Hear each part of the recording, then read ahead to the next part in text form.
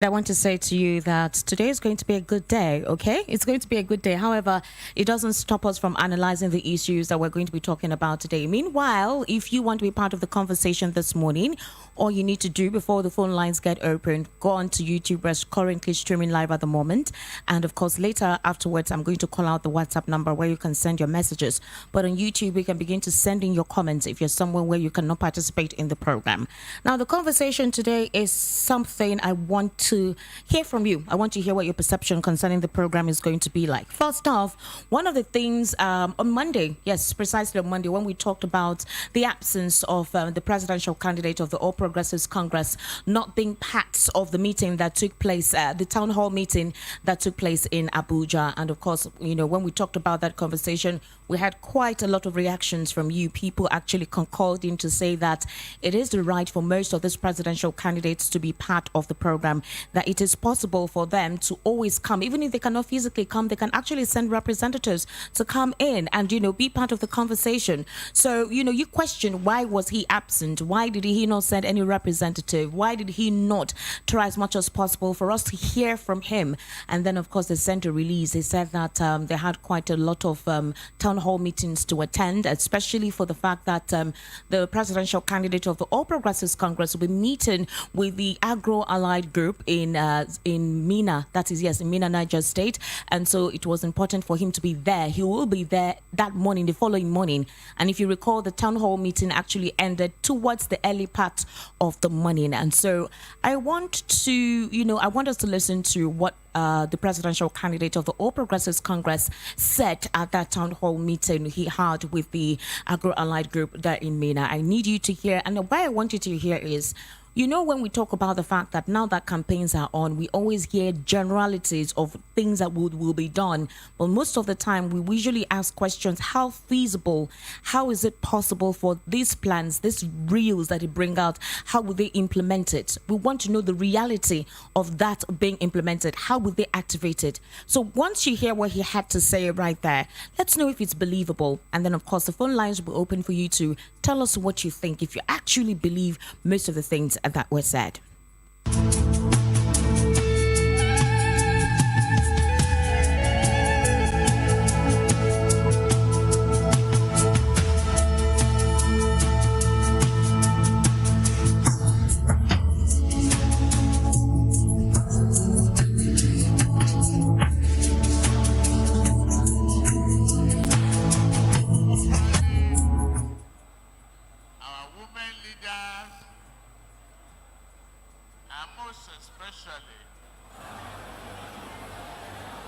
The main coordinator of today,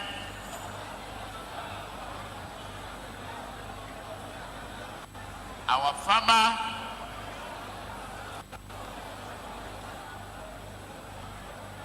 and the chairman of the Progressive Governors Forum,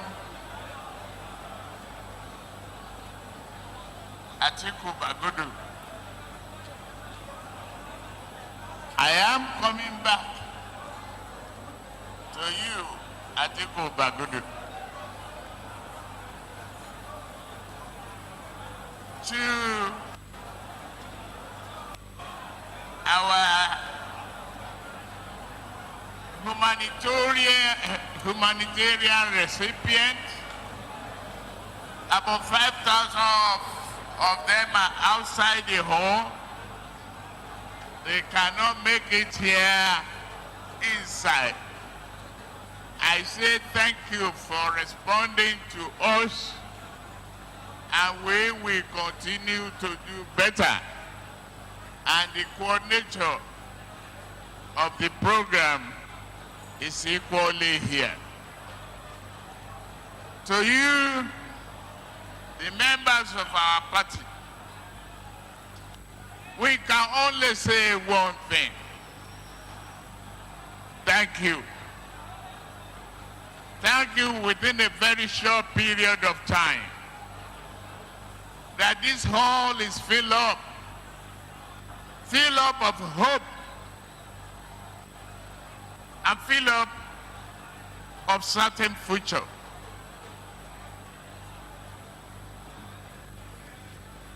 Hope is now renewed. Confidence is back. Help is here. Prosperity is with the farmers, and they are all here. A promising future that is greater than gold and diamonds is in the heart of the subject matter of today. It is only with a feel healthy body, filled stomach, without hunger, that can dig the soil to earn gold and silvers and diamonds. It is only a healthy body that can make even 1 barrel of oil.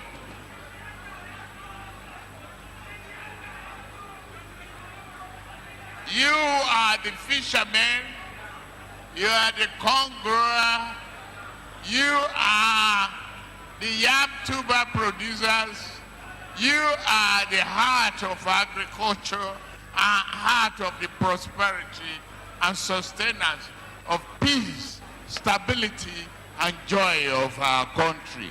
Thank you very, very, very much. I hereby promise you farmers, I've had quite eloquently and richly a very, very thoughtful and fundamental paper from Atiku Bagudu. He spoke not only that a speech rendered my own is here, irrelevant, but germane and stronger in its objective and promises. Please give credit to Atiku Bagudu. He comprehensively treated the subject matter. What is new there? What is there to have? Is the hope. Hope assured that you will have the necessary protection in the market. That is why we promise you that commodity exchange will start immediately you elect me the President of Federal Republic of Nigeria.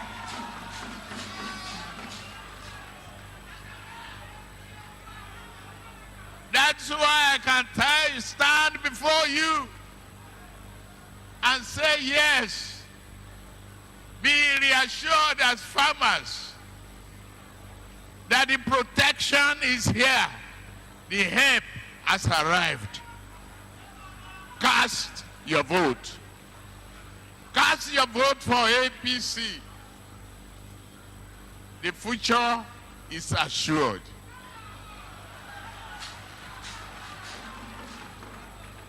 Find your PVC.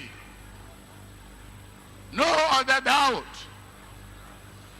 that you should have in your mind. Irrigation to protect your farming produce will be made available to you without asking further.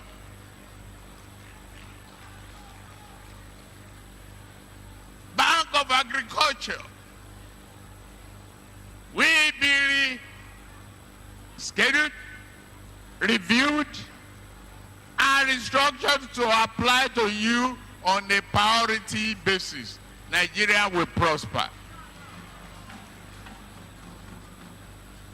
To animal husbandry, dairy food, for education, healthy bones, healthy body, healthy brain, priority.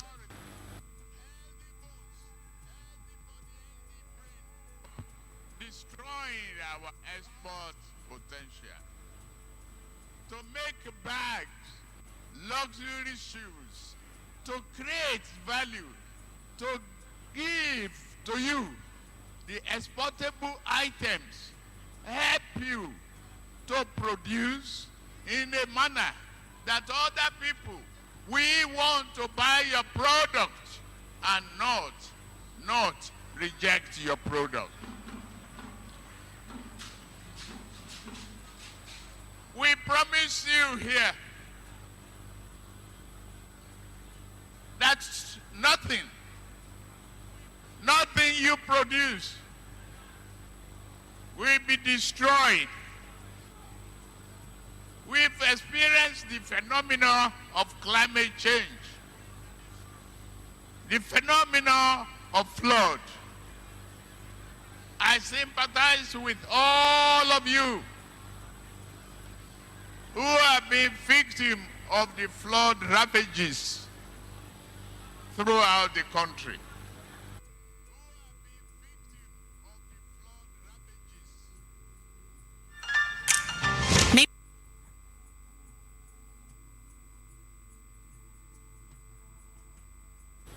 Of our government and our party, whose leadership is here present, we continue with you.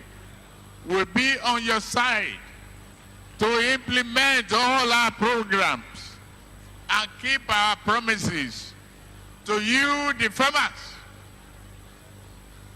You are the lifeblood of the nation.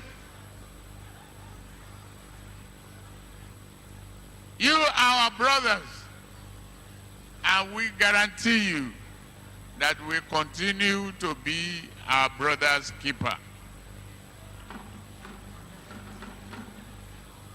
I hereby, wholeheartedly, pending the election as a president, I hereby announce Atiku Bagudu to chair the committee of the leadership of all the farmers, section by section, sectorially, and fashion out the blueprint from what he poured out today. That is enough for the adoption, because it contains the most critical, the most promising roadmap to prosperity for the farm and farmers and for the future of our country. May God bless Nigeria. God bless APC. All of you, you are hereby challenged. Any other paper, any other contribution that you need to make, get it to Atiku Bagudu. He is to chair that committee, and is it with immediate effect.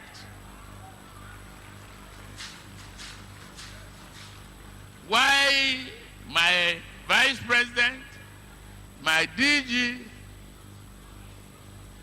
of campaign, including myself, can be running around for majority of other votes that we need? You have the responsibility to give us that roadmap and the blueprint for the survival of our country. We thank you. We thank you very much. May God bless you and God bless Nigeria. Thank you. We thank you very much. May God bless you and God bless Nigeria. Thank you. We thank you very much. May God bless you and God bless Nigeria. Thank you. We thank you very much. All right, and that was the presidential candidate of the All Progressives Congress, Asiwaju Bola Ahmed Tinubu, right on there addressing, the northern agro-commodity groups. And you heard what he said. You heard the rules he gave as to why, you and we need to vote the All Progressives Congress. How convincing is that? How achievable are the things that he set out? What are the possibilities on how that would be implemented? I would like to hear from you. Secondly, another thing I want us to also consider is a situation that came up yesterday. The EFCC chairman was convicted in relation to the anti-graft agency's failure to comply with an earlier order of the court. The court had ordered the EFCC to return to a defendant, that is a former director of operations at the Nigerian Air Force, Air Vice Marshal Rufus Adeniyi Ojuawo, his Range Rover and 40 million naira. The EFCC arraigned Ojuawo on a 2-count charge before Justice Muawiya Baba Idris of the High Court of the FCT Nyanya in 2016. However, he was accused of receiving 40 million naira and a Range Rover Sport supercharged from Wanhima Abubakar of Associated Equipment International Nigeria Limited. Now, in a suit filed by the lawyer R.N. Ojabo, he complained that the EFCC declined to comply with the order of the release of his seized property made by the court in a judgment delivered on the 21st of November 2018.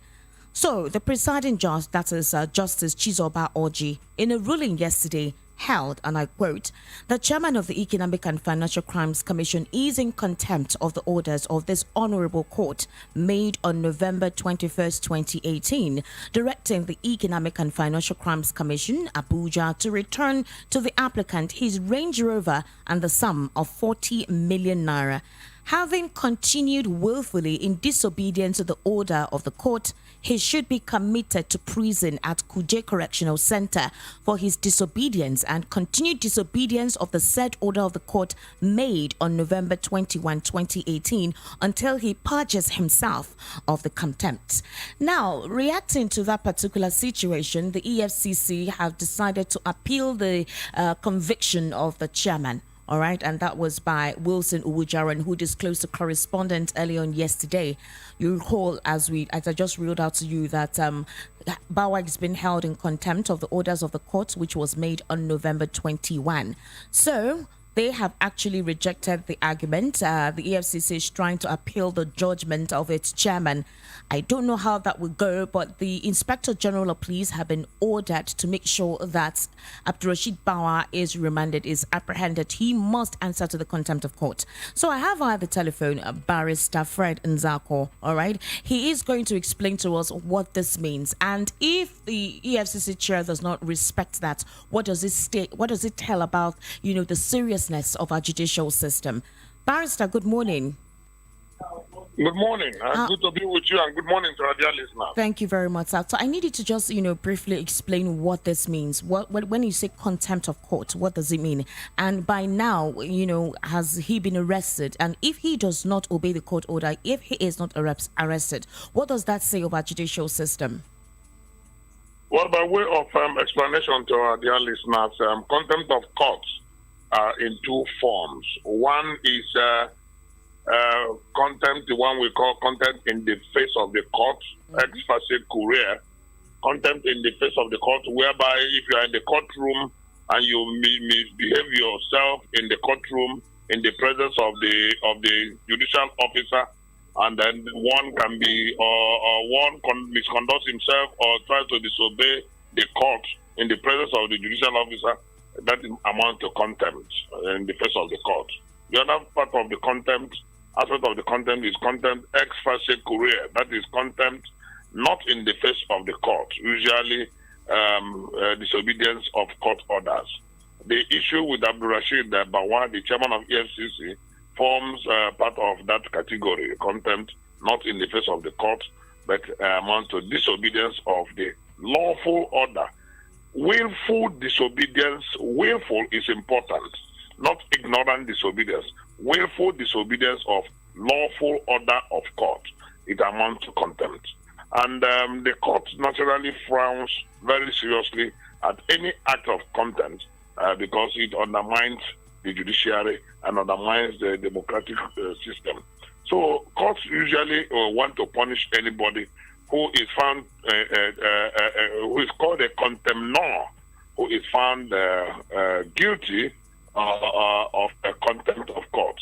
And that is why the chairman of EFCC has been found to have run foul of the law by contempt. But it is important that we say this, that the origin or the foundation of this contempt did not start with Abdul Rashid Bawa. Bawa was not the chairman of EFCC when the order of court was given in November 2018, 4 years ago. He was not the chairman. But because an office is a continuum, as he inherits the assets of the former chairman before him, he also inherits their liabilities and their responsibilities. And the court says chairman of EFCC, not Bawa in person. Incidentally, Abdul Rashid Bawa is the current chairman of EFCC.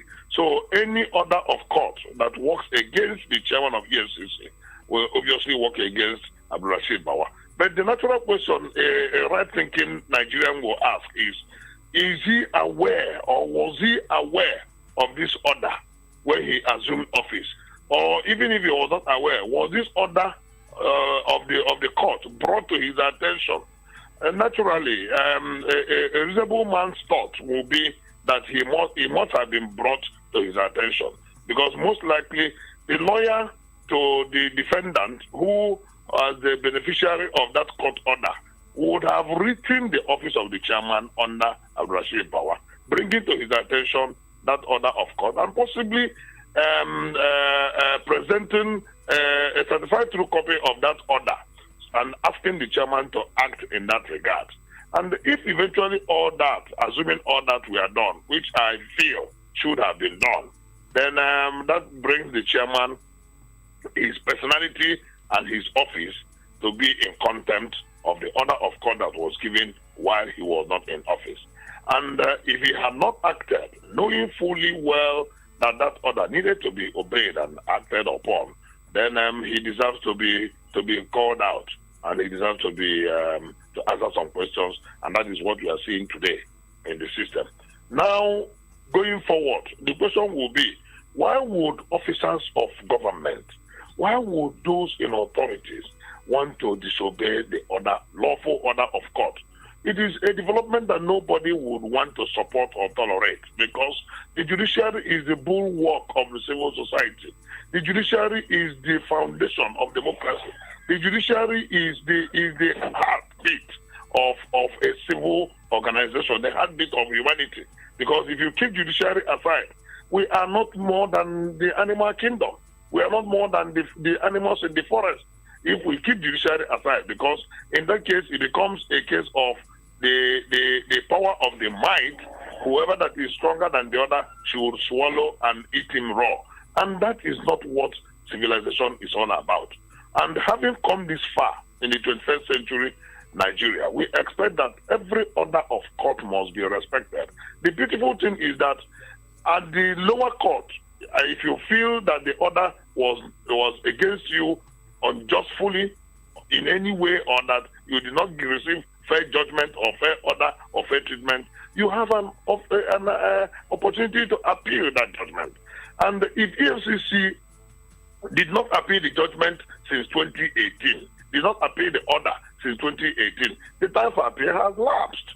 And running up and down, scampering up and down now to appeal the judgment, it is not obviously the judgment of 2018 that they will appeal. What they were now running around to appeal is the current order of the court, which has sentenced the chairman of EFCC to be remanded in prison because of the contempt.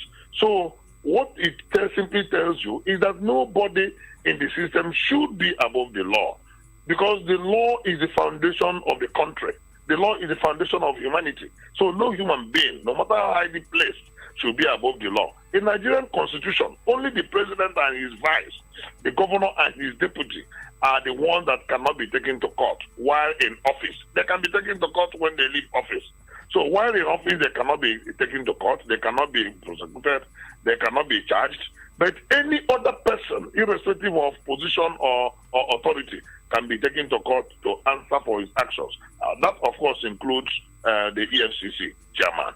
And what it simply tells you is that there is obvious need for Nigerians at all levels to respect the rule of law, respect orders of court, and respect the provisions as enshrined in our constitution and in our laws. That is the only way this country will continue to move on a paradigm of growth, development, and humanity. When we talk about international best practices, we cannot be talking about international best practices in the Committee of Nations when we disobey both our municipal and the extra municipal laws. You saw it happen that when the fish rottens, the fish usually rottens from the head. And what is going on is an indictment on the current administration, because the federal government is noted for disobedience of court orders. Every now and then, almost on a daily basis, any court order that does not favor the federal government is disobeyed. And that is setting a very terrible standard and the wrong signal to those other officers who work on behalf of the federal government. When the head is sick, the body will be obviously sick. Right. If the federal government respects the rule of law and observes and honors and respects orders and judgments of court, every other officer of government will do same. We saw that happen in the case of Nnamdi Kanu, where the federal, even as high as Court of Appeal, gave an order to federal government through the SSS to release Nnamdi Kanu. And instead of releasing Nnamdi Kanu in obedience to the court order, they decided to still keep him and begin to say they are going on appeal. If you are going on appeal, an indication to go for an appeal does not act as a stay. If you, in this case of Rashid Bawa, if the court has said he will be remanded in prison custody, indication that they want to appeal does not act as stay. Stay on its own is different.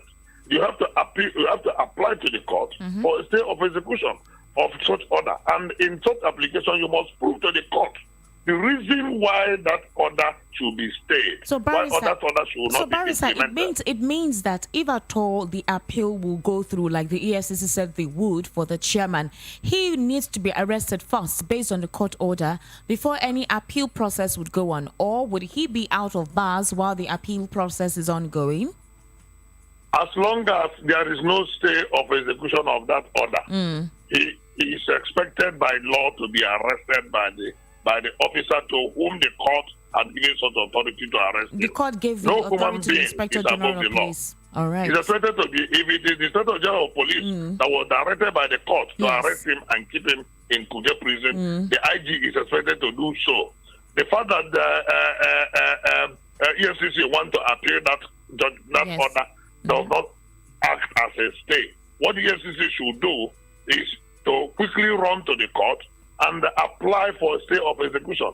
And if they succeed in getting that done, a few hours before the IG lays his hands on the EFCC chairman, then they are lucky. But if they fail to do so, the chairman of EFCC is expected by law to be cooling off in Kuje prison pending when such order of stay is granted. And meanwhile, if the order is granted, that is the only time where he will not be in detention while the appeal goes on. If the order is not granted, then he by law, supposed to be in prison while the order is going on. That becomes part of the incidences of his office, so that any other person at any level should know that there is need for respect for rule of law. It is not him as a person, it is his office. And as a matter of fact, if he feels so strongly about it, he could put his paper and resign.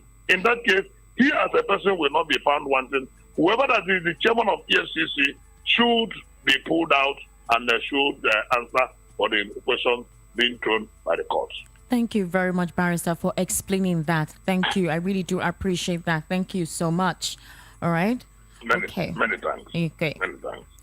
Oh wow, I'm not a lawyer. I really don't understand what the process is like, but thank you, Barrister, for really detailing to us what that means. So what we're trying to understand is, based on the scenario that occurred, like the barrister rightly said, in 2016, Abdurrashid Bawa was not the EFCC chair. However, that office is in continuum, meaning that the new EFCC chair has to respond to the conviction given by the court. Now, like barrister rightly explained, until they try as much as possible to get a stay of that order, by rights, the EFCC chair ought to be cooling off in Kuje prison while they, go about the appeal process. And that if they do not get to try and as much as possible to get the stay of execution quick enough, then if the Inspector General arrests him, to Kuje prison, well, that could actually take a while for, formalities to eventually, straighten themselves out.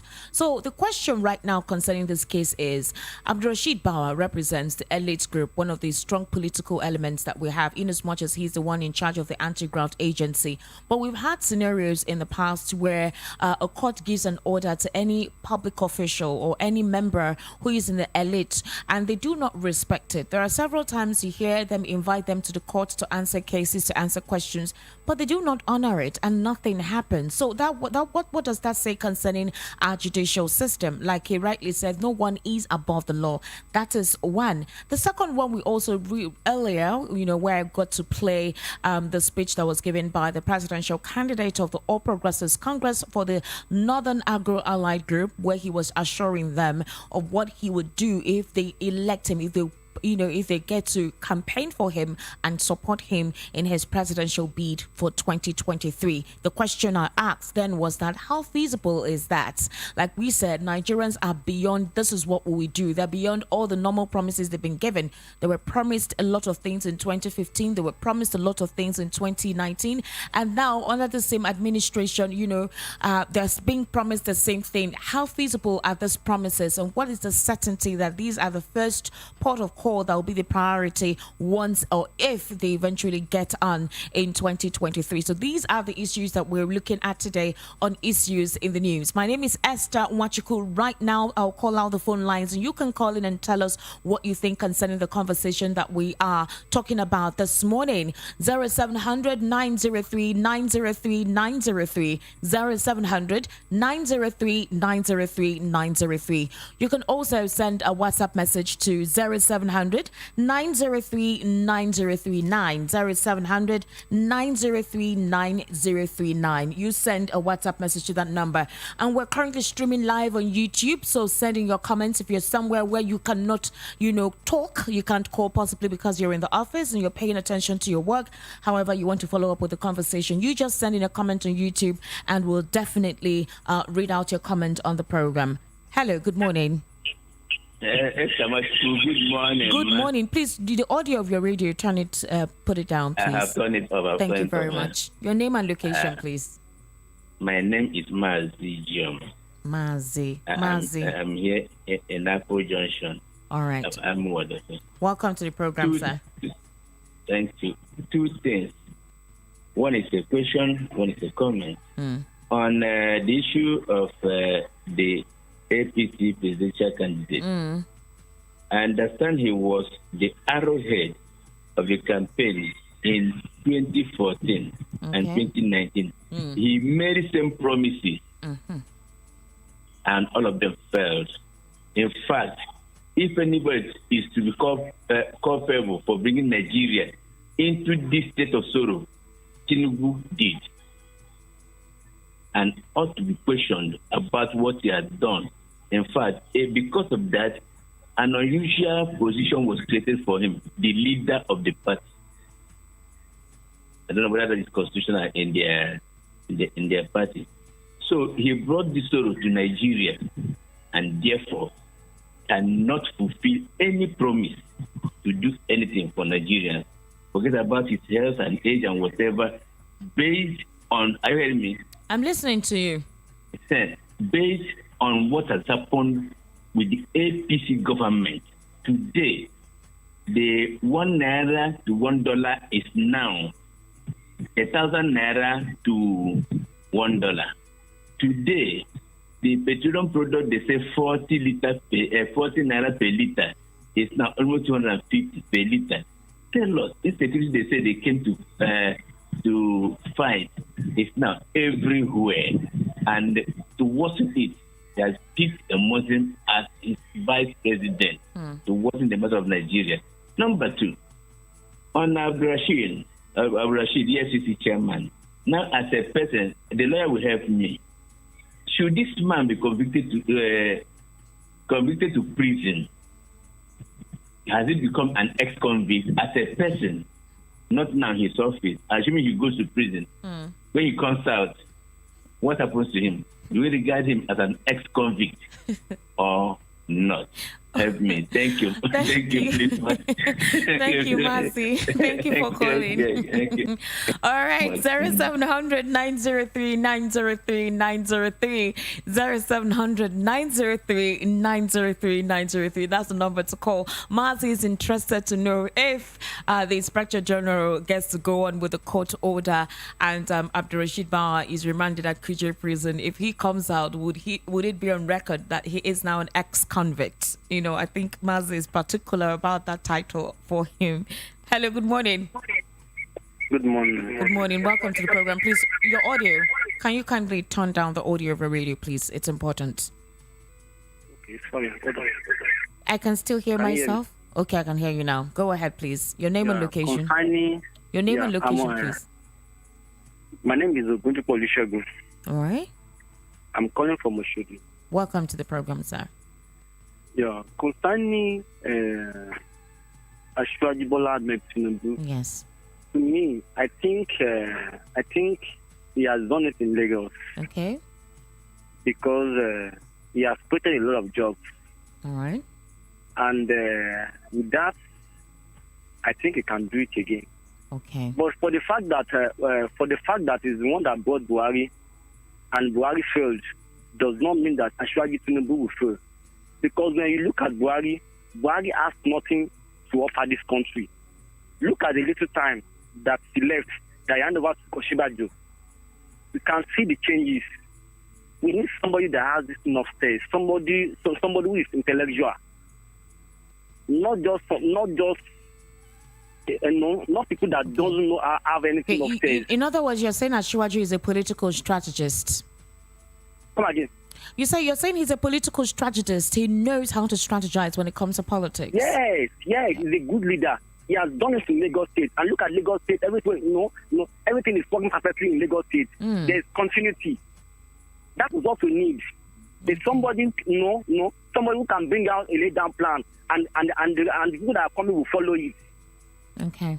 Thank you. Thank you for calling the program. All right. 0700 903 903 903 0700 903 903 903. Like I said, we're streaming live on YouTube, so you can virtually be part of the conversation. You just go to YouTube, subscribe, Voice of the People 90.3 FM. We're live. You get to see issues in the news on there. And of course, you subscribe whenever we're on live on any of our programs. You get notified and you send in your comments, right on there. We'll get to read it out on the program. Okay? Hello, good morning. Hello, good morning. Welcome to the program. Please, your audio. Kindly turn down the audio of your radio. There's a feedback. Hello? Hello, yes, good morning. Good morning. Please turn down the audio of your radio. There is a feedback. It's Michael. Welcome to the program, Michael. Regarding the issue you people were discussing, very good. Okay. Coming to Swaju Ahmed Bola Tinubu, they cannot offer Nigeria anything. We don't need old men to rule Nigeria again, please. Let us wipe them out and let another party come and rule us. Let us leave. All the whole of their promises, they have been making the promises and been telling Nigeria. So there's no hope again for them. Please, let them go out and rest. Let another people carry on. Thank you, ma'am. Thank you for calling on the program. 0700 903 903 903 0700 903 903 903. Good morning, Ambassador. Hey, my sister, how are you doing? Fine. Welcome to the program. Yeah. Nice program. Thank you. Easy, like the barrister said, there's a lot of lesson to draw from what happened to the EFCC chairman. Sure. Look, in Nigeria today, there is a law. And we all have to respect the law. And when courts, there are a lot of legal teams in EFCC. And the legal team is supposed to be on their toes, not to engage in any jungle justice or not to engage in any impunity, not to just disrespect any law. Some have been doing this and get away with it. When you do things and you get away with it, not that you are right. Maybe the arms of law does not recognize you at that time. Soon it will. Even like police officers, most of them, they are law enforcement. And there's a lot of rules that guide them. Some of them are doing it, they get away with it. But I know one day they will not. Yes. I think they themselves to just go. Although when you are court is the only one that can prove you guilty. It's only court of law. Nobody can just give it just make like police the law enforcement say no, you are guilty this, you'll be arrested, you'll be punished, you'll be detained, you'll be do this whatever. No, they're against the law. Just to arrest and prepare your evidence against that person. It's only court that can prove that this person is guilty. So I know they need to learn a lot of lessons from this. So let the legal team of the EFCC gather themselves together and be sincere with themselves. They have to respect the rule of law. Rule of law has to be respected. If someone against the rules does not and is getting away, not that he's doing the right thing. But I know one day, nemesis you catch up with anybody, including judge. That's my belief. Yes, I believe in him. Thank you. Okay, I believe in him. So let's see what will happen. All right. Thank you, Ambassador. Thank you for calling on the program. 0700 903 903 903. 0700 903 903 903. Remember, you can also send us a WhatsApp message on 0700 903 9039. Hello, good morning. Hello. Good morning. Welcome to the program. Name and location, please. My name is Oluwatosin. I'm calling from Bawa. Oluwatosin, can you please project? I can hear you. You sound muffled. Yeah, my name is Oluwatosin. Okay. From Bawa. All right. Go ahead, please. Yeah. Hey, on the issue of Asiwaju, I want to talk. I don't know. Asiwaju is not the person that can lead this country. This country is beyond Asiwaju. Asiwaju is not healthy, number one, and he's too old. I don't know. People keep saying Asiwaju has changed Lagos, has done this and done that. I don't know what it is. You ask them that what is that thing that Asiwaju did in Lagos? They will not be able to say one thing, but they will keep saying Asiwaju has done it, has changed Lagos, has done that. Asiwaju is not the right person to lead this country. Let's give the youth chance. That's my contribution. All right. Thank you for calling on the program. 0700 903 903 903. 0700 903 903 903. The WhatsApp number to send a message to is 0700 903 9039. And we're streaming live on YouTube. You can also send your comments right on there. Hello, good morning. Good morning, how are you? I'm fine. Welcome to the program. Name and location, please. Yeah, my name is Chinedu, calling from Baladi. Welcome to the program, Chinedu. Please go ahead. Yes, what I want to say now is, days are gone. The old men have ruled this country for a very long time. Let us start this decade now with youths. Asiwaju cannot lead this country. And I want Nigerians now, even in the West in particular, to break that jinx in his lifetime that no individual want to say he owns everywhere. This man is not a Democrat. If you watch all he has been doing in Lagos, it became into this. Hello, Chinedu. Hello. All right, Chinedu, please call back. All right, we did not get to hear what you wanted to say completely. 0700 903 903 903. 0700 903 903 903. Hello, good morning. Hello. Hello, sorry. Let the Mazi speak again. Okay. You know one thing? This issue of Lagos, this did. Please, Lagos used to be the capital of the Federal Republic of Nigeria and was built by the Commonwealth of Nigerians. It is not Tinubu that built National Theatre. It's not he that built the Brussels. It's not he that. What are those things he did in Lagos? Nobody. In fact, the port people talk about the work of Obasanjo. Tinubu had not come to government. The port, the concession of the port was the work of Obasanjo and not Tinubu. It was Obasanjo who gave Lagos the port they're talking about. Okay. What about Okay, Mazi, let's try to be objective sometimes. So wait. Let me give you an instance, okay? Just like what you said, I'm not disputing anything that you said. No, go ahead. And the person is perfect. So, but when Tinubu was the governor of Lagos, so you recall at the time that President Obasanjo at the time, we remember we said we needed more federal allocation because the population of Lagos was so much, and we had only 20 local governments, and we needed revenue to sort out the state, to make the state grow. And you remember that President Obasanjo said no, he's not going to recognize any other local government. The only recognizable local governments are 20 local governments.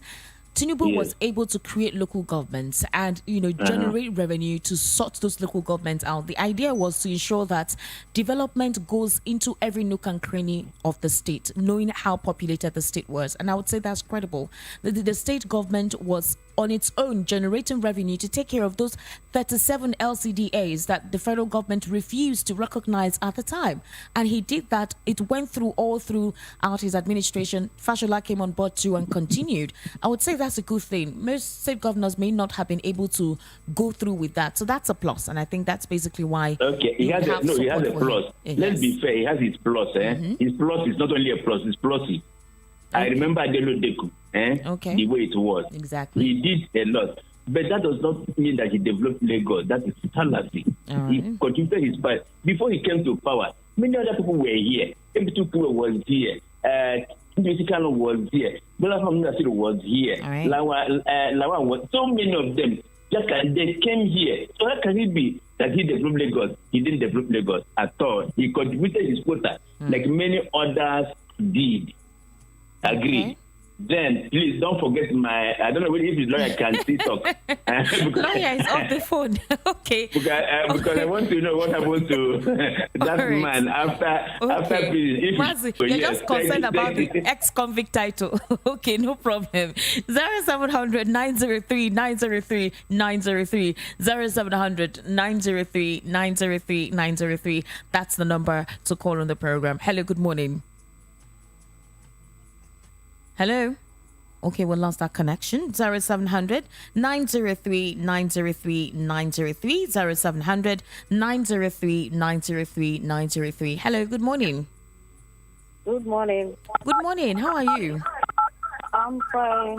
Okay, can you turn down the volume of the audio of your radio, please? Just completely turn down the audio. Hello? Hello? I can still hear myself at the background. Please kindly do that. Hello? Hello? Okay, you haven't done that. 0700 903 903 903. Please, when you're calling, completely turn down the volume, the audio of your radio so that we can hear you. The feedback distorts. Hello, good morning. Okay, the same thing here. Please turn the audio off the radio so we can hear you. Hello? Hello? Good morning. Welcome to the program. Yes, good morning. Good morning. Name and location, please. Yeah, my name is Prince. I'm calling from Prince, can you turn down the audio of your radio? I can hear the feedback. No. Prince? Okay. Yeah, hello, can you hear me? Yes, I can hear you now. Go ahead. Okay. Yeah, I just want to say concerning what let me speak from what concerning the EFCC. Okay. I see that this is a good development. All right. Because EFCC, I'm telling you from what I've heard inside, they are running that place like as if they are gods.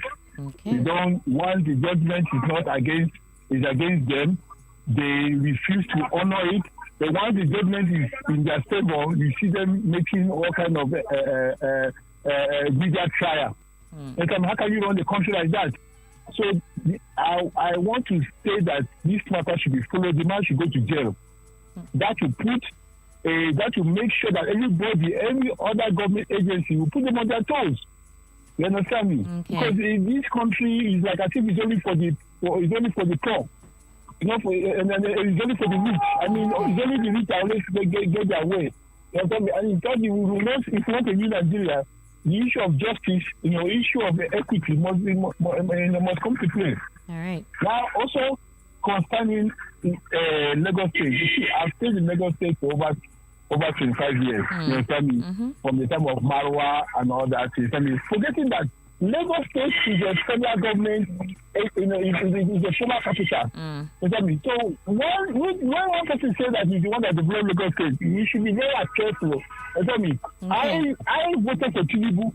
You understand? All right. I voted for Tinubu. Even his first and second term, he did well to his own. He contributed his own quota. But you cannot. If anybody says that he's the one that developed Lagos State, that is a fallacy. You understand? Lagos State was developed, by other parts because he was the capital. He was the federal capital. Right. He had all his instructions from the colonial masters. Everything was really spread out. You understand? The normal thing in Nigeria, we always leave things to decay. Okay. You understand? All right. So, you understand? So I feel Tinubu's time has gone. Right. We need Nigeria right now needs new blood that will run around, with new better ideas. You understand? We should go and rest and take care of his grandchildren and all that. Thank you very much. Thank you for calling on the program. That will be our final call-in program this morning. I would say again, these issues will continue to put it out here.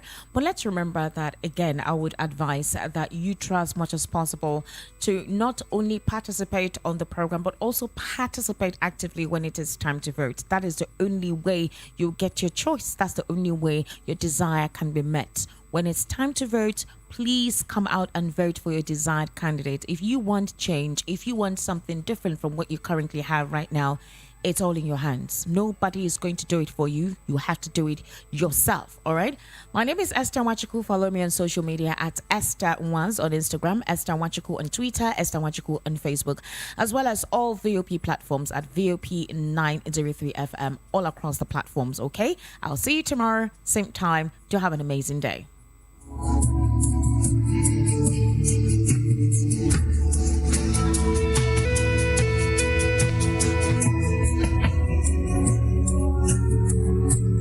24/7 around the world, non-stop. This is Voice of the People, 90.3